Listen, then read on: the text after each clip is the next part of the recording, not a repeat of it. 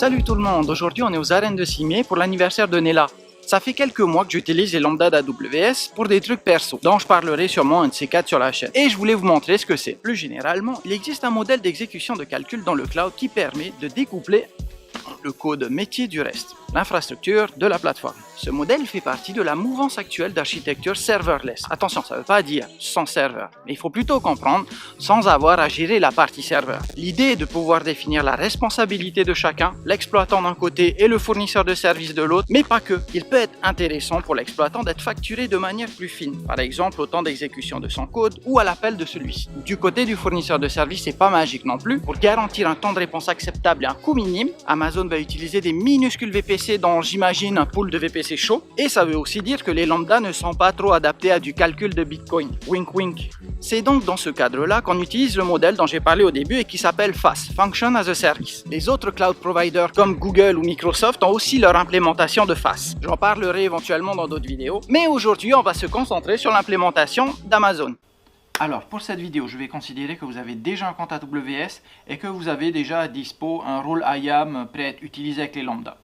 Alors, on se rend dans le service de lambda. Je suis bien sur la région de Paris. Et on va créer une nouvelle fonction. Donc on va partir de 0. Je vais l'appeler la Hello Lambda. On va utiliser Python 3. Et je vais sélectionner le rôle IAM que j'ai défini au préalable. On fait la fonction. Voilà, donc là, la lambda elle existe. Dans ce panneau-là, on va pouvoir ajouter ce qui va pouvoir déclencher la lambda, mais aussi plusieurs interactions avec les autres services d'AWS. On ne va pas utiliser ça pour le moment parce que bon, on n'en a pas besoin, et on va l'utiliser en fait dans l'autre sens depuis l'autre service qu'on verra après. Du coup, on va écrire directement la lambda, le code de notre lambda à cet endroit-là. Du coup, ce que notre lambda va faire, c'est retourner un hello lambda, et si on lui fournit un paramètre name avec une valeur, elle va faire hello Toto par exemple. Alors c'est parti, if name in event. Event va contenir tous les paramètres qu'on aura définis dans la requête de l'autre côté, donc la requête qui va appeler notre lambda. Si on a défini un paramètre qui s'appelle name, on rentrera dans ce cas-là. Sinon, on va juste retourner un hello lambda. On return.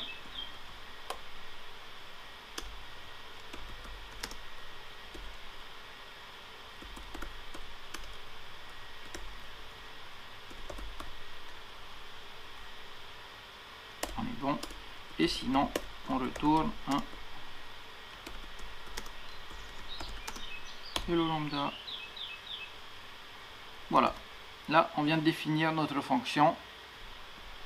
On va la sauvegarder parce qu'on n'a rien d'autre à voir.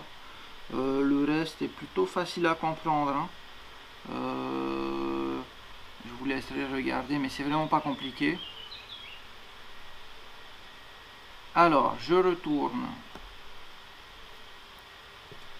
en haut de l'écran et on va commencer à la tester, notre lambda.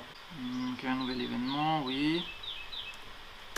On n'a pas besoin qu'il y ait de données à l'intérieur parce qu'on va vérifier le cas du else.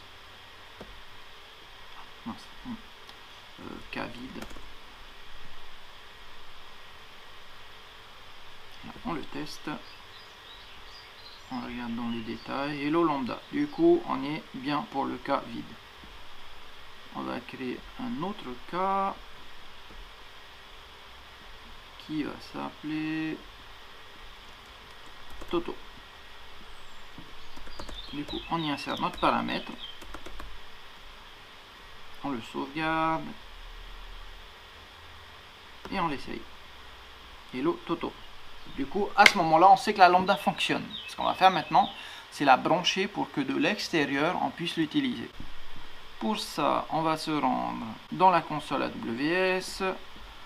On va aller ouvrir le service API Gateway. C'est le service que AWS propose pour qu'on puisse exposer de manière unitaire nos services, donc ce qu'on a défini à l'intérieur d'AWS, on veut pouvoir le sortir et l'exposer, rendre un accès peut-être public ou sous authentification à l'internet. Du coup, ce qu'on va pouvoir faire, c'est définir les moyens d'accès à notre lambda. Du coup, ce qu'on va faire là tout de suite, c'est qu'on va définir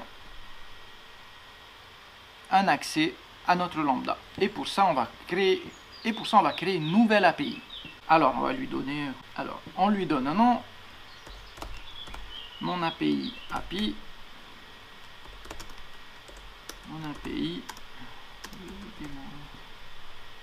type de point d'extrémité régional, le choix par défaut il est bon. Alors, qu'est-ce qu'une API? L'API, ça va être en fait l'interface sur laquelle les utilisateurs, donc depuis l'extérieur d'AWS, vont utiliser pour taper dans votre lambda. Alors, une fois qu'on a créé l'API, on va y rajouter une action. Ce qu'on va pouvoir faire, c'est un post. C'est-à-dire qu'on va pouvoir envoyer des données à ce service-là. Voilà. Alors, une fois que le post est créé, on va y attacher là une fonction lambda, donc celle qu'on vient de créer. Elle est dans... ouais, elle est bien dedans. Hop, fonction lambda. Elle s'appelait... Hello lambda. Hello lambda. C'est bon. Là, ça va lui créer une nouvelle autorisation du côté d'IAM. C'est correct. Et là, on va pouvoir l'essayer. Du coup, si le corps de la requête est vide, pour rappel, qu'est-ce qui va se passer? La lambda va juste retourner un hello lambda. Là, on va essayer. Corps de la réponse, hello lambda. Donc, ça fonctionne. On va refaire le test avec un name hello tata. Et là, on a bien notre hello tata. Alors, une fois que l'on a testé notre API, qu'est-ce qu'on va faire? On va la déployer. Pour la déployer, on va devoir créer une étape. Alors, l'étape va servir à compartimenter le code que je viens d'apporter ou les fonctionnalités que je viens d'apporter d'un endroit à un autre. Il y a un endroit, on va peut-être l'appeler l'endroit de développement. L'endroit d'après, ça va être l'endroit de test. L'endroit d'après, ça va être l'endroit de production, par exemple. Et donc, dans mon cas, là tout de suite, je vais juste l'appeler l'état bêta.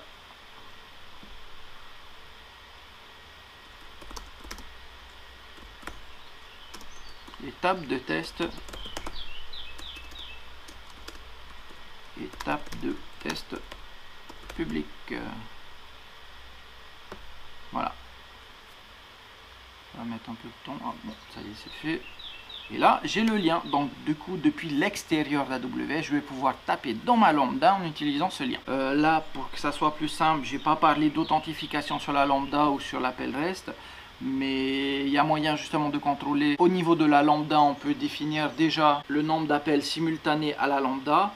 Et au niveau de l'API, on peut définir qui peut utiliser l'API qu'on vient de créer, mais aussi à quelle fréquence.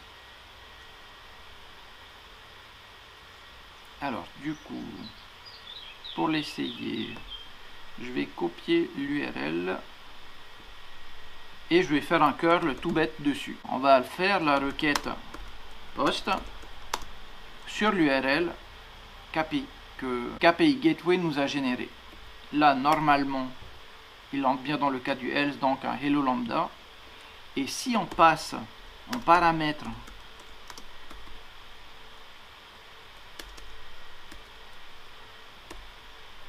le paramètre name,